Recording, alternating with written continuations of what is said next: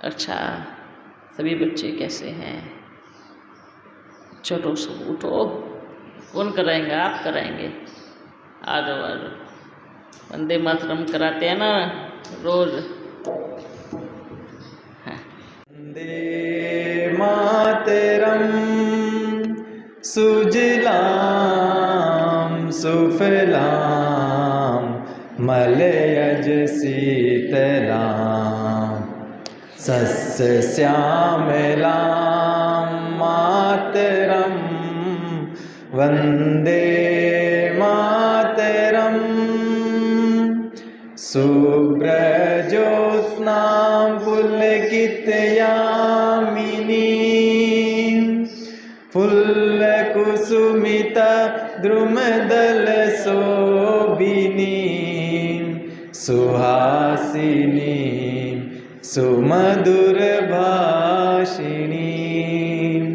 सुखदां वरदां मातरम् वंदे मातरम कोटि कोटि कंठ कल कल निनाद कराले कोटि कोटि भुजे धृत कर कर वाले अबला के नुमायत बले बहुबल धारिणी नमामि तारिणी रिपुदल वारिणी मातरम वंदे मातरम तुमि विद्या तुमि धर्म तुमि हृदय तुमि मर्म त्वं हि प्राणा शरीरे बहुते तुमि मां शक्ति हृदय तुमि मां भक्ति तुम्हारी प्रतिमा गढ़ी मंदिरे मंदिरे वंदे मातरम त्वं हि दुर्गा दश प्रहरण धारिणी कमला कमल दल विहारिणी वाणी विद्यादायिनी नमामि त्वां नमामि कमलां अमलां अतुलां सुजलां सुफलां मातरम वंदे मातरम श्यामलां शूललां सुस्मितां भूषितां धरणीं भरणीं मातरम वंदे मातरम वंदे मातरम वंदे मातरम। भारत माता की जय। बहुत अच्छा, बहुत अच्छा, वाह। भारत माता की जय, है ना। भारत माता की जय, भारत पिता की जय। क्यों भारत पिता नहीं है? माता है तो पिता तो चाहिए ना, है ना। माता पिता से ही तो सृष्टि की उत्पत्ति होती है। माता पिता ना हो तो क्या होगा? कैसे बनेंगे, है ना। भारत, भारत माना, भारत माना माता माना, दोनों आगे ना। छुपा हुआ है पर भारत देखा। भारत क्या है? भगवान क्या है? छुपा हुआ। भारत छुपा हुआ है, माता को आगे किया है ना। भारत की माँ की जय नहीं बोलते, क्या बोलते हैं? भारत माता की जय। बहुत अच्छा। हाँ, इसको एक गिलास पानी लेके आओ। अच्छा, सभी बच्चे कैसे हो? ठीक है बाबा। अच्छे हो? पुरुषार्थ अच्छा चल रहा है? हाँ। कहाँ बैठे हो? कहाँ बैठे हो? बाबा के पास बैठे हो? बाबा की गोदी में। बाबा की गोदी में बैठे हो? कहाँ बैठे हो? आज आप बताओ, आप कहाँ बैठे हो? भारत में बैठे हो? भारत माता के पास बैठे हो। अच्छा, और कहाँ बैठे हो? और कहाँ बैठे हो? घर में बैठे हैं। घर में बैठे हो? गीता पाठशाला में बैठे हैं। गीता पाठशाला में नहीं, पुरानी हो गई गीता पाठशाला। हाँ हाँ, सतयुग में बैठे हैं। कहाँ बैठे हैं? सतयुग में बैठे हैं। बैठा है सतयुग में इधर कोई है? या अभी कलयुग में बैठे हैं? अरे कलयुग में तो बैठे ही नहीं हैं, सतयुग में बैठे हैं। तो भाग्यशाली हो ना। सतयुग में बैठने वाले कितने भाग्यशाली होते हैं। थोड़े से बच्चे सतयुग में बैठे हैं, संख्या बढ़ती जाएगी। राम राज्य में बैठे हो। सही मायने में किस में बैठे हो? राम राज्य माना राम का राज्य। राम कौन? अपना प्यारा बाबा क्या है? हाँ, मन को लुभाने वाला। राम है। राम राम माना मन को लुभाने वाला। अब बताओ, राम माना दिल को जो आराम दे वो राम राज्य आने वाला है। बोलते ना, गांधी जी भी क्या चाहते थे? राम राज्य हो, राम राज्य हो। तो राम राज्य कैसे आता है? लेकिन हाँ। सीताराम बोलते थे।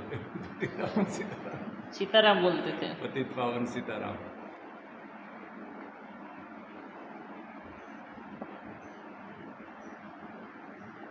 इधर रखो। पतित पावन सीताराम अर्थात आत्मा रूपी सीता। पतित पावन सीताराम मतलब जैसे शिव बाबा को क्या बोलते हैं? क्या बोलते हैं? पतित पावन बोलते हैं ना। वो उस राम को पतित पावन बोल रहे हैं। वो राम भी तो है ना, है ना। तो क्या करना है? अभी राम राज्य में बैठे हो। कहाँ बैठे हो? राम राज्य में। मालूम राम कौन है? ऊपर का राम तो है, नीचे का राम कौन है? नीचे का राम का नाम बताओ। हैं? पहला राम तो आप। पहला राम अपन है। हाँ, होशियार हो सभी। और बताओ।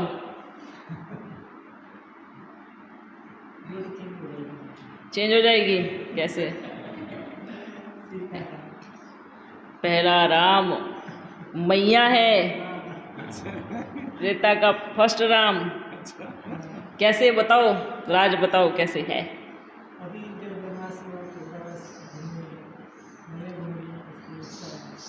ना, बड़ा रहस्य, कोई सवाल ही नहीं आएगा दिमाग में। अभी क्या गई? नवरात्रि गई। 8 दिन नवरात्रि रखी, 8 दिन पूजा माता की। 9वें दिन अचानक राम कहाँ से कूदी मारा? रामनवमी। 8 दिन आप माता की आरती कर रहे हो, पूजा कर रहे हो, पर 9वें दिन राम मैदान में कूद गया। इसका मतलब इसलिए कितना होगा? 8 जन्म सतयुग में होगा, 9 जन्म। हाँ, जो 8 जन्म लक्ष्मी सतयुग में लेके आएगी, जो वो 9वां जन्म लेगी तो वो राम का लेगी। इसलिए नवमी से पहले, रामनवमी से पहले क्या होता है? अष्टदेवियों की। हाँ, नवरात्रे होते हैं। समझ में आया? माना नवरात्रि के बाद तुरंत क्या गया? राम नवमी आ गई। तो सीधा रहस्य अगर राम की ही नवमी बनानी होती तो 8 दिन राम की पूजा करते। राम की पूजा तो नहीं की, तो बाबा आप राम नहीं बनेंगे फिर? तो सीता बनूंगी ना। आपको अपने को सीता बनने में कितनी अच्छी बात है। क्या आप सबको दुख हो रहा है कि मैं राम नहीं बनूंगा? बात एक ही है, कंबाइंड स्वरूप है। ऐसे थोड़ी अपने को बिल्कुल आदि लग रहा है ना, क्योंकि आप सभी मेल उसमें बैठे हो तो लगता है ना कृष्ण को ही राम बनना चाहिए। उसके बाद उस जन्म के बाद भले राम बने 12 गद्दियों में, किसी में भी 2-3 गद्दी 4 गद्दी जिसमें भी राम बनना हो, पर पहला जन्म चेंज हो जाता है ना। जैसे ही पूरे 8 जन्म लेने के बाद 9वां जन्म चेंज हो गया, राम कृष्ण क्या बना, सीता बन जाती है और लक्ष्मी राम बन जाती है। देखो कितना पूरा क्लियर है, पूरा स्पष्ट है।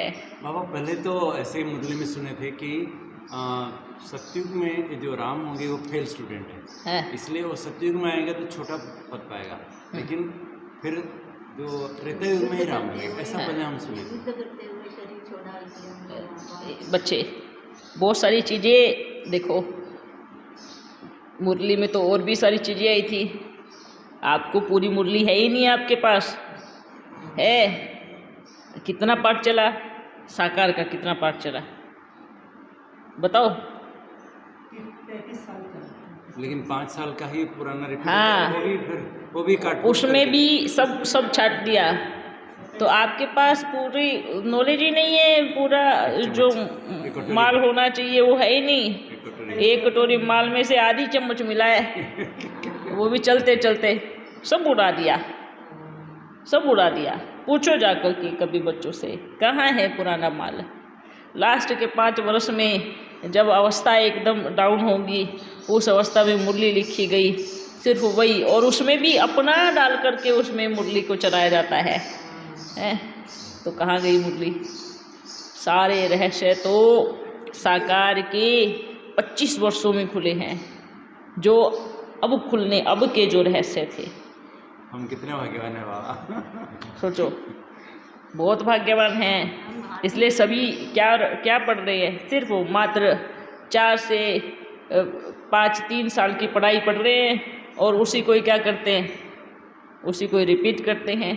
बाकी की मुरलियाँ उड़ा दी। कहाँ किसको दे रहे? यही तो बोलते हैं ना कि चोरी कौन करता है, ताला खोल के दे दिया, लो सब माल उठा के ले जाओ, तो ले गए तो अपना अपना राज्य हुआ। शंकरपट्टी वालों के पास है बाबा, उसमें से पढ़ के कुछ इंटरप्रेट करते रहते अपने मन में। वो तो देखो, अब कुछ भी माल, मानो एक बात कहे, जो अच्छा प्योर जो माल होता है वो किसी चोर के हाथ में लग जाए तो वो कैसे बेचेगा उसको? वो कीमत उसकी कैसे लगाएगा? वो जो मर्जी है ना, वो कैसे भी अपन उसकी कीमत लगाएगा, कैसे भी तोड़ फोड़ के कैसे भी उसको करेगा, है ना। तो सही जिसने रहस्य खोले उसका सही कीमत, माना ये जेवर बना कैसे है वो चोर ही बता सकता है। उठा करके लेके जाने वाला नहीं बता सकता है इसमें क्या क्या बना है। तो आप जो अब से पढ़ते आ रहे हो ना, आपके पास कौन सा माल है? सिर्फ थोड़ा सा बचा हुआ माल है ना। जैसे शोभा बच्ची में आकर के सबको अच्छा पुरुषार्थ सिखाया, बनाया, आगे बढ़ाया, है ना। उसमें भी बच्चे बोर हो जाते थे, उसमें भी बच्चे लास्ट में क्या होने लगे, परेशान। बाबा भाई बहुत हो गया ना, अभी इतने घंटों से बैठे हो, अभी परेशानी हो रही है तो जाओ ना जल्दी से। याद प्यार देना माना क्या? याद प्यार माना देना क्या? अभी बाबा सबको याद प्यार देगा मतलब क्या? भगवान को बोलते हैं। अरे वो कौन है, भूल गए बुद्धू, सब अपने आप को समझने लगे कि मैं भगवान हूँ। हम किसको बोलते हैं? वो कब तक अपना इंसल्ट कराएगा? हर बारी याद प्यार अभी बाबा याद प्यार देंगे, बोलते बोलते बाजा साइड में कर दिया है। ये क्या है? ये भगवान का डिसरिगार्ड है, भगवान का डिसरिस्पेक्ट है। तो क्या होगा फिर? रहेगा क्या? है ना। अभी सभी बोलते हैं, रोते, आप चले क्यों गए बाबा छोड़ के। जहाँ भगवान का डिसरिस्पेक्ट रहे, रिगार्ड नहीं रहे, क्या होगा फिर? तो आप सभी, और हम फेल स्टूडेंट फिर नहीं है। बिल्कुल, किसने बोला फेल? फेल? अच्छा, एक बात बताते हैं, इसमें बच्चों ने उल्टा ज्ञान सुना है, उल्टा देखा है। सतयुग में आत्मा आने वाली, उनका पुरुषार्थ ऊंचा होता है ना। पर जो सतयुग में आएंगी वो भी तो त्रेता में ही आ रही है ना। मान रहे हो उस चीज को? आने का पाठ है, ऊपर जाने का नहीं है। लेकिन ऐसा सुने थे कि सतयुग में राम छोटा पद पाएगा, फिर त्रेता में आके फिर ऊंचा पद पाएगा। ऐसे कैसे होगा? नहीं, ये गलत सुनाया है। ये सब अपना दिमाग लगा करके सब उल्टा रास्ता दिया है। जो सतयुग में जितनी भी आत्माएं आएंगी वो सब त्रेता में तो आएंगी ही आएंगी, ठीक है। और जब लक्ष्मी नारायण 8 जन्म कंप्लीट करके त्रेता में एंट्री करेंगे तो सीट चेंज हो जाती है। अभी देख रहे हो ना, 5 साल फलाने ने राज्य किया, अभी 5 साल वो राज्य करेगा, अभी वो राज्य करेगा, ऐसा बदलती है ना। सीट बदलेगी ना तो कैसे चलेगा? तो जैसे ही राम राज्य आता है तो जो मैया का जो जन्म होता है वो राम का होता है, बगल में सीता बैठती है। आपको थोड़ा ऐसा लग रहा है कि सीता बनने में कोई प्रॉब्लम है? नहीं, अपने को तो कोई प्रॉब्लम नहीं है। बाबा उनके सिग्नेचर के बिना बिल पास नहीं होने वाला। तो ये चीज़ होता है। जैसे बोलते हैं ना, लक्ष्मी, क्या बोलते हैं सतयुग में, लक्ष्मी के बिना क्या होगा? कहाँ से बिल पास होगा? क्या सृष्टि चलेगी? दोनों के एक मत से ही सृष्टि का संचालन होता है। सीताराम बोलते हैं ना, राम सीता तो नहीं बोलते। हाँ, सीताराम बोलते हैं। तो जितनी भी आत्माएं सतयुग में आएंगी वो चल रही है यात्रा पे, सुख की यात्रा पे चल रही है। अभी वो कहाँ पे आई? त्रेता में आई। अब जो त्रेता में नई आत्माएं आएंगी, ठीक है, वो नई आत्माएं आएंगी, उनका ऊंच पद नहीं होता है। मानो उनका जो पहला जन्म होगा उसमें वो राजा करेंगी, उसमें राज्य करेंगी। क्यों? क्योंकि फर्स्ट जन्म होता है ना, फर्स्ट तो एकदम पवित्र होता है। पर वहाँ आने वाली उच्च पद वाली आत्मा नहीं हो सकती। मतलब कि सब आ रही है, लेकिन जो सतयुग से लेकर के त्रेता तक की यात्रा की वो तो उच्च पद वाली आत्माएं हैं, है ना। वो पूरा राज्य करके आई, 7 तक चली है, अंतिम समय तक के 7 तक चली है। तो आत्माएं आती है, जाती नहीं है। जाती एक ही बार है, मतलब परम धाम से सिर्फ आएंगी ही, पूरे 5000 साल तक आती रहेंगी, लेकिन जा नहीं सकती। अब जब 5000 साल कंप्लीट हो जाते हैं, संगम युग भी कंप्लीट हो जाता है, संगम युग के कुछ समय पूरे होने से कुछ समय पहले जाने की यात्रा शुरू होती है। समझे? क्या होती है? जाने की यात्रा शुरू होती है। तो अभी जो समय आने वाला है वो क्या है? जाने का है। फिर धीरे धीरे आने का है। लौकिक माँ बाप एक साथ थोड़ी 5-6 बच्चे पैदा करेंगे। 1 बच्चा, 2 बच्चा, है ना, ऐसे बच्चे होते हैं ना। ऐसे थोड़ी कि कोई भी कार्य शुरू किया तो एकदम बढ़ोतरी हो गई, ऐसा थोड़ी होता है। नहीं होता है ना, ऐसे सीढ़ी दर सीढ़ी चलता है। और हम का जो 4 भाई दिखाते हैं, फिर त्रेता में 4 भाई नहीं होंगे? ऐसा नहीं होता है। 2 सतयुग तक सिर्फ बच्चे 2 ही चलते हैं, ठीक है। वो बताते हैं जब राम एकदम लास्ट वाला जन्म होता है, एकदम लास्ट वाला होता है ना, वहाँ से शुरुआत हो जाती है। पूरा त्रेता बीत गया, एकदम बीत चुका है। जो लास्ट की एकदम एंडिंग गद्दी होती है ना, ये जितनी कहानियाँ, ये जितनी रामायण जब सुन रहे हो ना आप सभी, ये एकदम लास्ट वाले जन्म की सब कहानियाँ सुन रहे हो। हाँ, एकदम लास्ट जो पूरा हो जाता है ना, वो उसकी कहानियाँ सुन रहे हो आप सभी बच्चे। और उसी की महिमा ज़्यादा होती है, क्योंकि उसके पहले तो उन्होंने देखा ही नहीं है, उसके पहले तो वो जानते ही नहीं जानते ना। उसके बाद परिवर्तन है। उसके बाद फिर क्या होता है, राम राज्य था, जैसे उस राम राज्य में जितनी भी आत्माएं होंगी, लास्ट वाले में देखना, लास्ट वाले में जितनी, क्योंकि क्या शुरुआत हो गई, दुख की शुरुआत हो गई है ना, द्वापर युग की शुरुआत हो गई। अब द्वापर युग आया, सृष्टि में झटका लगा। अब एकदम से तो सब मरेंगे नहीं, सब थोड़ी जाएंगे एकदम से, है ना। कुछ लोग शरीर छूट जाएंगे, कुछ ही लोगों को छूटेगा, और जो रहेंगे उन्होंने तो राम को देखा ना, लास्ट की गद्दी को, पुरानी कहानी सुनाएंगे। हाँ, तो फिर वो बैठ करके वो उस राम की कहानी, वो राम मर्यादा पुरुषोत्तम था, वो राम की महिमा बैठ के सुनाते हैं। वो जो लास्ट वाला राम होता है ना, उसकी महिमा, उसका गायन, उसकी महिमा होती है, जो एकदम किनारे पे आके फिर बोलते ना, कहानी सुनाते दादी नानी की कहानी, फिर वो कहानी वहाँ से लेकर के सब शास्त्र बनते आए हैं, सब शास्त्र बनते आए हैं सब, क्योंकि दुख की शुरुआत हो चुकी है। पर हमारा राजा मालूम है कौन था? ऐसा राजा था, ऐसे राज्य करता था, ऐसे मर्यादाओं से भरपूर था, पुरुषोत्तम राजा था। क्यों इतनी महिमा कर रहे हैं? क्योंकि उस पल से जिस पल महिमा कर रहे हैं, दुख की बढ़ोतरी ज़्यादा हो गई है। तो कौन अच्छा लगेगा?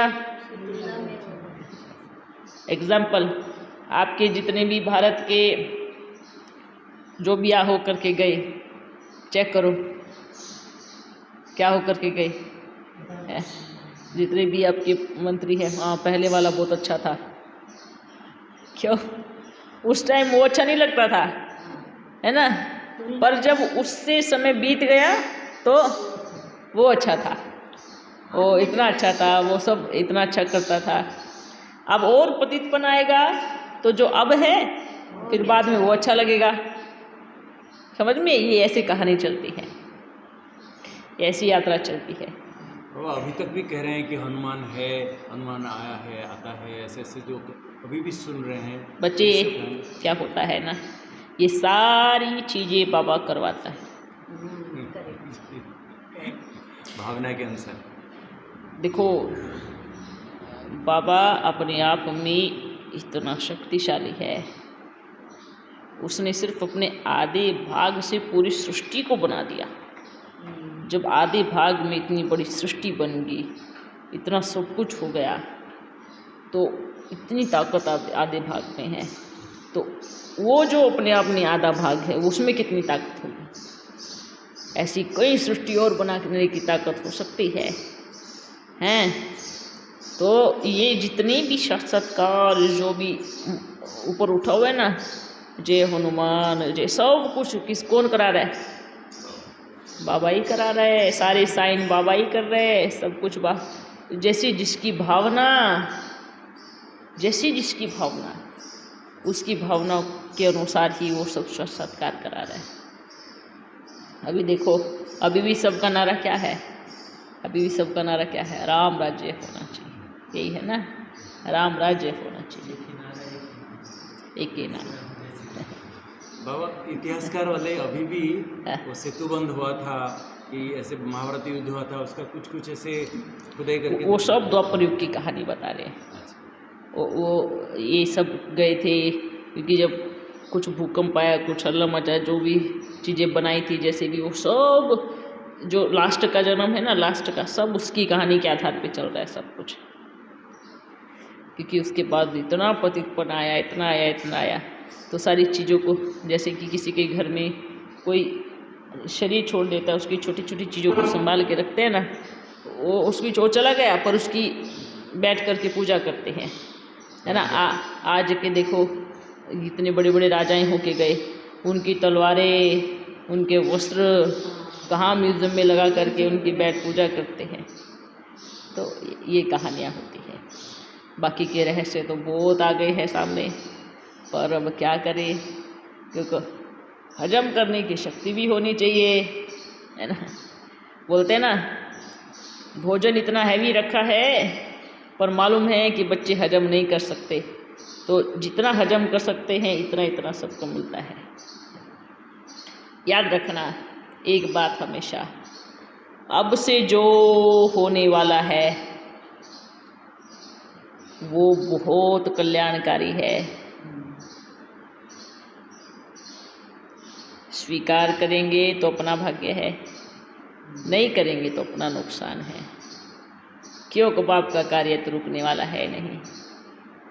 तो हर एक बच्चे को ये बोलते हैं कि अपने भाग्य को देखना है, मैं कितना ऊंच, अरे ये नहीं सोचना अरे बाबा ऐसे कैसे कर सकता है, ऐसे कैसे बाबा कर सकता है, ये सिर्फ ये देखना बाबा क्या नहीं कर सकता, ये देखना है ऐसे कैसे नहीं कर सकता। वीडियो देख के कहते हमको भाषण नहीं आने दो, कोई बात नहीं, नहीं आने दो, भाषण कैसे आएगी। अच्छा एक बात बताओ, जो खुद इतनी उसमें बैठा हो, ऐसी चीज़ में बैठा हो, खुशबू कैसे आएगी। जब इतने खाने की हाई खाने की खुशबू नाक में जा चुकी हो तो बाप के प्यार की खुशबू कहाँ से आएगी। इतनी सुख सुविधा की खुशबू चढ़ चुकी हो, जिसको नशा हो उस चीज़ का, ये सारा नशा उतर जाएगा एक समय पर। फिर खुशबू आएगी, कहाँ गया बाबा, भागो भागो, फिर भागेंगे पीछे।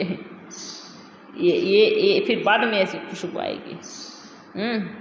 तो इसलिए इस चीज़ को सोचना नहीं है कि उनकी खुशबू आ रही है नहीं आ रही है, भाषणा आ रही है नहीं आ रही है। उनको बोला आपको भाषणा लेने का काम नहीं है, मिलने का काम है ना। तो आप तो सीधा, क्योंकि जो बच्चे सोचते हैं ना बस जो सुख सुविधा उसका जो नशा चढ़ता है ना, जब तक वो चढ़ा रहता है, चाहे भगवान बैठ करके कितना भी उनको मना रहा हो, कितना भी कुछ कर रहा हो, मानने वाले नहीं हैं। जैसे आज कलयुगी दुनिया के बच्चे, कैसे बताओ, बाप से सारी प्रॉपर्टी लेने के बाद जाओ अभी आपका काम हो गया पूरा, है ना। और वो नशा कब तक रहेगा, जब तक प्रॉपर्टी है, जब तक सारी सुख सुविधाएं हैं, सब कुछ है। जिस दिन खत्म हो गया उस दिन किसको ढूंढते फिरेंगे, बाप को, वो भी लालच में, कुछ और है क्या, कुछ और बचा है क्या, वो भी निकाल के दे दो। इतने मतलबी बच्चे होते हैं बाप के। इस कलयुग की दुनिया में देखो ऐसे होते, फिर भी बाप को रहम आता है तो मेरे बच्चे, चलो आ जाओ, कोई बात नहीं, ये बाबा इतना रहम दिल है अपना, ठीक है। अच्छा बच्चों, बस दिल किया मिलने का, है ना, तो बाबा आ गए। हाँ, सतयुग में 8 जन्म तो होगा, लेकिन कितने जोड़ी लक्ष्मी नारायण होंगे, क्योंकि हर पूरा जन्म से मरने तक तो गद्दी में नहीं बैठेंगे। हाँ, 30-35 साल में शादी होगी, फिर उनके बच्चे जब 30-35 हो गए उनको सिंहासन देंगे, तो लगभग आधे माना 75 साल में तो एक बार गद्दी चेंज होना चाहिए। तो इसी हिसाब से कैसा क्या होगा, कितने जोड़ी अभी जल्दी हो रहा है ना, जैसे कि दोनों युग बराबर होते हैं, ठीक है। सतयुग और त्रेता युग, द्वापर कलयुग, इन दोनों का, सतयुग त्रेता को अलग करो, द्वापर कलयुग को अलग करो। 8 जोड़ी कैसे बनती हैं, तुरंत तो नहीं बैठेगा।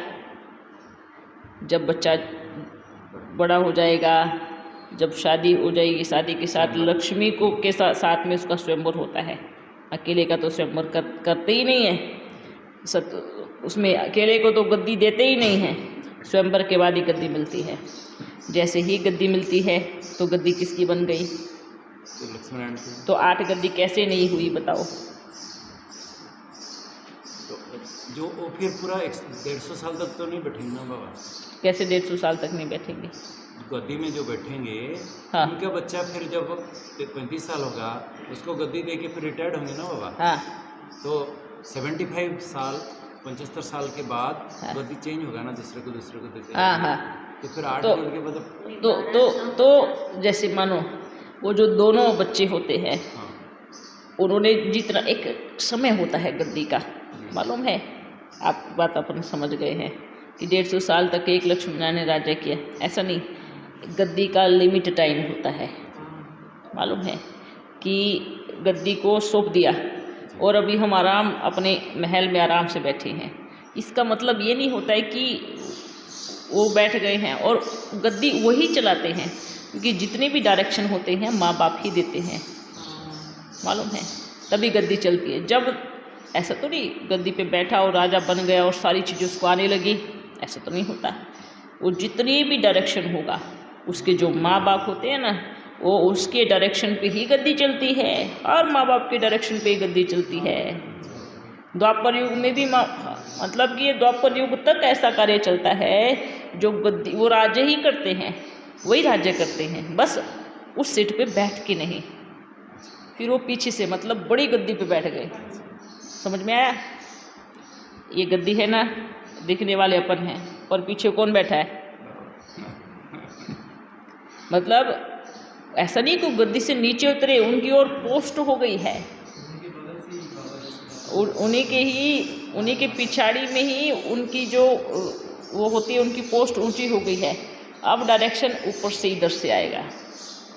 हर माँ बाप गद्दी चलाता है, अपने बच्चों को बिठाएगा, जब उनको कंप्लीट समझ में आ जाएगा कि गद्दी को चलाना कैसे है, तब वो अपना देह का त्याग स्वेच्छा से करके चले जाते हैं। समझ में आया? हाँ। अच्छा बच्चों, तो 8 जोड़ी होंगे लक्ष्मण? बिल्कुल 8 जोड़ी होंगे। गद्दी ऐसे ही चलेगी, 8 जोड़ी ही होंगे। जैसे जैसे कार्य बढ़ता जाता है, नियम कायदे कानून कुछ कुछ बदलते जाते हैं। स्थिति को परिस्थिति को देख करके नियम, सतयुग में स्थिति परिस्थिति होती नहीं है कि कायदे बदलने पड़े। जैसे ही त्रेता युग आता है तो कुछ, जैसे लक्ष्मी नारायण की दोनों की गद्दी, तो कुछ नियम लागू होते हैं और कुछ नियम कायदे कैंसिल हो जाते हैं। समझ में आया? हाँ, समय परिवर्तन के हिसाब से हर सीट में एक ना चीज़ कुछ ना कुछ चेंज होती जाती है। अभी आप देख लो,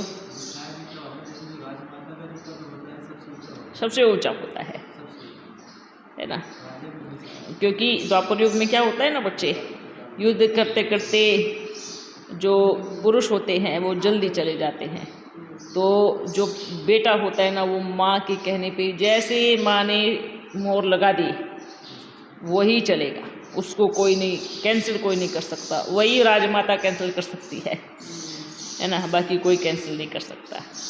इसलिए ये ड्रामा बड़ा कल्याणकारी बना है।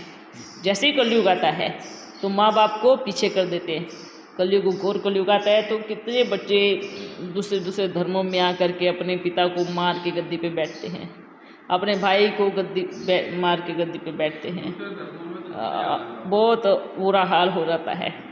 पर हिंदू धर्म में ऐसा फिर भी नहीं होता। और जब ये लास्ट 100 वर्ष का युग आता है ना, तब सब कुछ चलता है। इसमें सब कुछ कैसे चलता है, आज देखो, माँ बाप से क्या करते हैं, साइन करवाते हैं सारी प्रॉपर्टी में अपने बच्चे के नाम कर रहा हूँ, या तो उसको वृद्धाश्रम में भेज देंगे या तो उसको खिला पिला करके निपटा देंगे। क्योंकि अब तो क्या बोलते हैं, वृद्धाश्रम में भी तो पैसा देना पड़ेगा, ऐसा काम ही कर दे जो पैसा ही ना देना पड़े। अभी हरियाणा में तो बाबा सुसाइड की है, उनके बच्चे IAS है। देखो बच्चे, पैसे की कमी नहीं है दुनिया में, ठीक है। उनको क्या चाहिए, उनको बच्चों का साथ चाहिए। बच्चे अपने अलग अलग घूमते हैं, बस यही चलता है। खुद बड़े नशे से अपने बच्चों को भेजते हैं बाहर, मेरा बच्चा पढ़ लिख के बड़ा आदमी बनेगा। वो इतना बड़ा आदमी बनता है, इतना बड़ा आदमी बनता है आपके हाथ ही नहीं आता है उसको इतना बड़ा आदमी बना देते हैं। कितना बड़ा इतना बड़ा बना देते हैं जो माँ बाप को ही भूल जाते हैं। हाँ, माँ बाप को नहीं भूलना होता है। इतना बड़ा आदमी की ज़रूरत नहीं है, इसलिए बाबा लिमिट में बनाता है कि जब भी कुछ पढ़े तो किसकी याद आए, माँ बाप की याद आए। पढ़ाओ लिखाओ, अच्छे संस्कार दो, बहुत अच्छी बात है। पर आपका ही बच्चा आपसे दूर चला जाए और फिर बाद में आप रोते रहो क्या बोलते हैं, देखो मैंने कितना पढ़ाया लिखाया, मैंने इतनी मेहनत की, विदेश भेजा, ये किया, ये कराने के लिए किया था, ऐसे बोलते हैं ना। तो यही कराने के लिए हुआ था। देख करके जो सीख जाए वो क्या है, वो मनुष्य है ना। जो दूसरों की परिस्थिति को और जो डूब के सीखे वो नालायक कहेंगे, है ना। कैसे चलते चलते मानो किसी ने आपको इशारा दिया, इस रास्ते से मत आना, खड्डा है, तो जिसने माना बुद्धिमान हो गया। अच्छी बात है, एक अनुभवी व्यक्ति ने हमें बताया इस रास्ते पे मत चलना, खड्डा है, और एक मजाक उड़ाता है, हंसता है, अच्छा आप मेरे को ज्ञान दे रहे हो, मैं इसी रास्ते से जाऊंगा, गिर के फिर सीखता है। हाँ, फिर उसमें डूबता है, फिर वो जो बुजुर्ग होता है वो हंसता है, लो मजे मैं इसी रास्ते से आया था, नहीं सीखा, मैंने सीख लिया, अब भी मत आओ।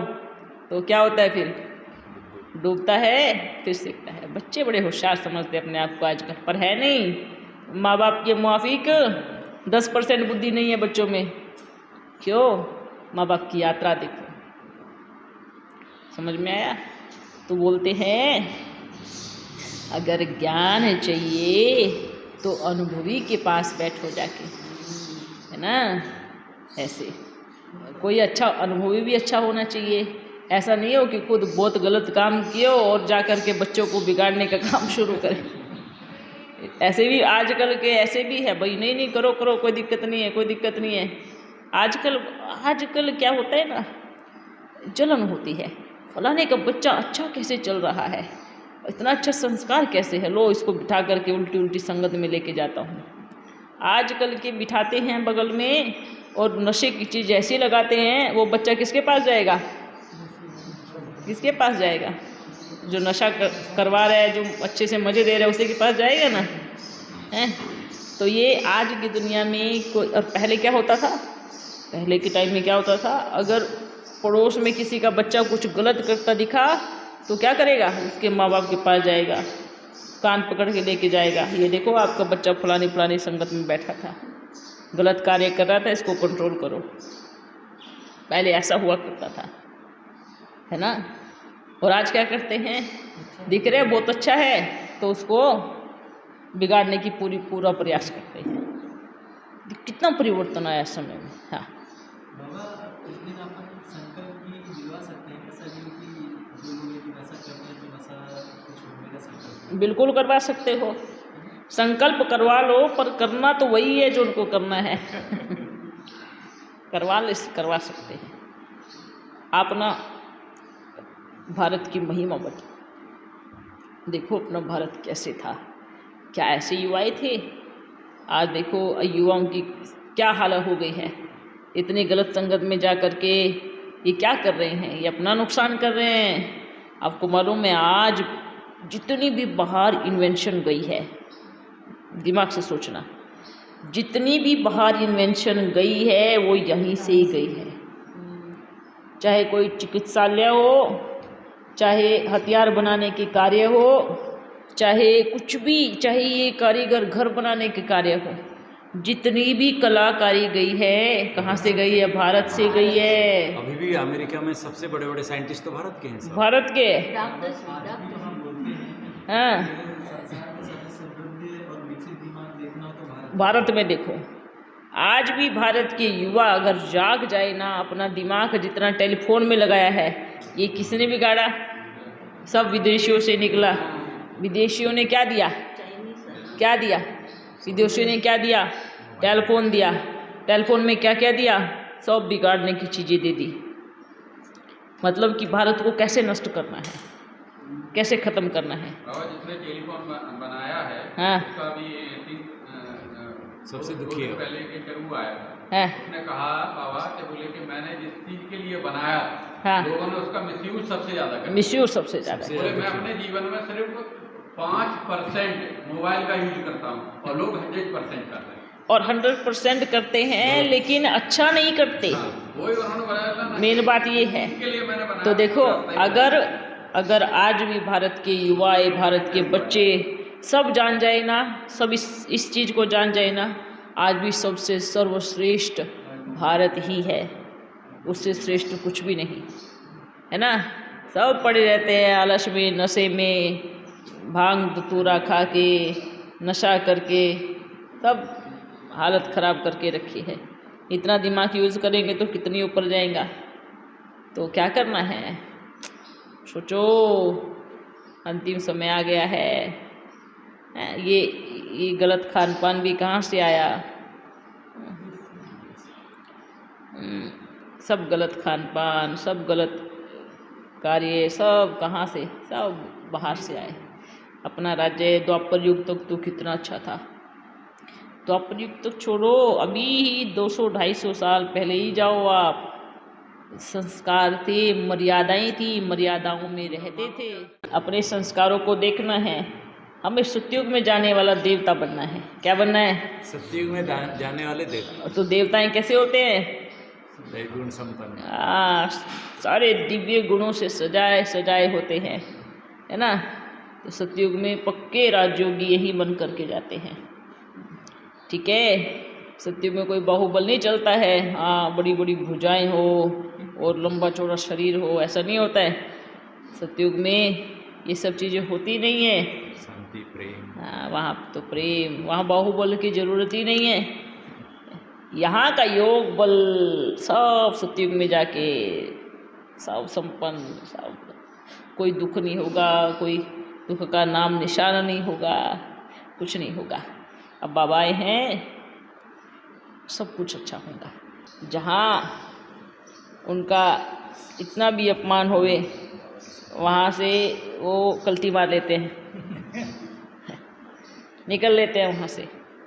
ढूंढते रहो, कुछ भी कर लोगे ना, कुछ भी कर लोगे, उसको नहीं पकड़ सकते। और जहाँ स्वयं परम पिता परमात्मा का बच्चे, उनके श्रीमत का मान, मतलब क्या मान, ये नहीं आरती उतारो, पूजा करो, ये करो, वो उसको चाहिए ही नहीं। उसके अंदर वो संस्कार ही नहीं कि आप सभी ऐसे करो ना। उसके अंदर ये है कि जिनसे मैं मिल रहा हूँ वो गुलगुल बनने चाहिए, वो श्रीमत पे चलने चाहिए, वो मनमत पे नहीं चलने चाहिए। जो मेरी पालना में पल रहा है वो नालायक नहीं, वो सपूत होने चाहिए। वो दिल से बाप का सम्मान करे, रिगार्ड रखे, प्रेम करे। ऐसा नहीं हाँ इतने वर्ष हो गए ना मिलते, बोर हो गए, कुछ चेंज आना चाहिए। तो बाबा ने ऐसा चेंज किया, कैसा चेंज किया, सभी चेंज कर दिया। तो हमेशा याद रखना आप किसके घर में हो,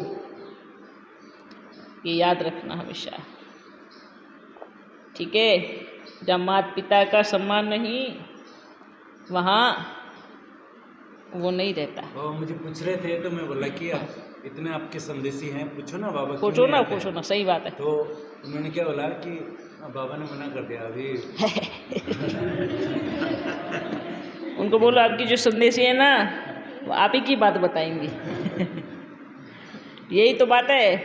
बाबा मात्र साकार में अपन 2 से 3 बच्चियों का संदेश का भरोसा करता था, बाकी का पता था कि ये ठगी करती है ऊपर जाके, तो ठगी करती है तो नीचे वालों को भी ठगती है। तो बाबा को मालूम है कौन कौन बच्ची पक्की संदेशी रही है, कौन कौन। बहुत बच्ची ऐसी थी जो पक्की, और बहुत बच्ची ऐसी थी जो ठगी करती थी। तो अपन असली संदेश भिजवाते थे। तो इसलिए कोई बात नहीं, कहाँ है संदेशी? जो बाबा ने मुकर्रर की थी वो कहाँ है? संदेशी उसको कहा जाएगा जो स्वयं बाबा ने मुकर्रर की बच्ची हुई हो। जो बाबा की मुकर्रर बच्ची ही नहीं हो तो संदेशी ही नहीं है। तो इसलिए कोई बात नहीं, संदेशियों का पार्ट भी अपना है। बाबा अभी जो साकार में आपसे पढ़ना लिए थे जो बच्चियां हैं, क्या वो आप पहचान रहे हैं? पहचान की चुप है? बिल्कुल चुप है, पहचान रही हैं पर चुप है। क्यों?